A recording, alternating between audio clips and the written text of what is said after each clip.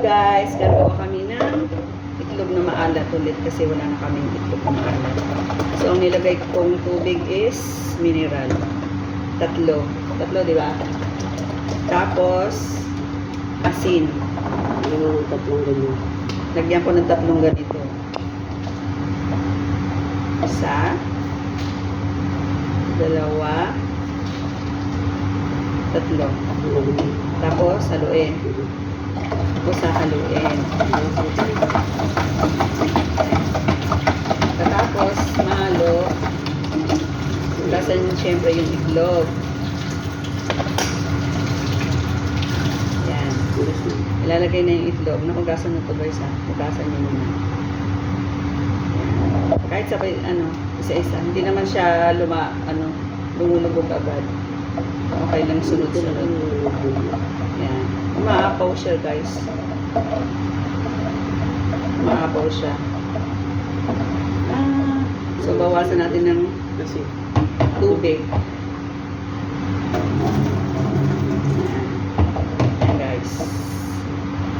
Yan. Nagbabawang ng isang ganyan. Tapos, after that, bali apat ha, pero yung panghuli, yung ika-apat, ilagay sa ibabaw. Huwag nang haluin. Huwag nang haluin guys. Sayang lang. Tapos, after nyan,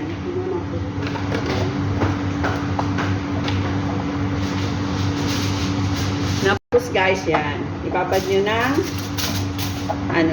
ibabad ng 20 days. Lagyan ng tubig, tatlong ganito, tatlong asin, ilagay nyo tatlong ganitong asin, tapos haluin nyo, tapos ilagay yung itlog, tapos pag nailagay na lahat yung itlog, saka lagyan nyo ulit ng ganito, isang ganitong asin, bali apat guys. Tapos ibabad nyo na 20 days. 20 days guys ha. Ayan, 20 days.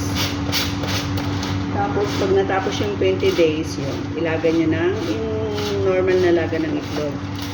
10 minutes para sigurado luto yung itlog.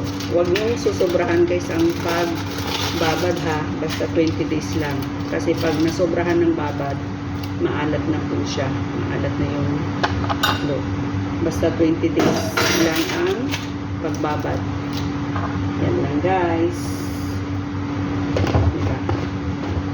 Kasi bumili sa kasi pag sa ibang bansa, di ba, pag wala kang labas, tapos mahirap, malayo pa yung mga supermarket, Filipino supermarket, yun, hindi tayo makakabili agad. Kaya mabuti nila na search namin kung paano gumawa ng itlog na maalat. Yan lang guys. Bye-bye!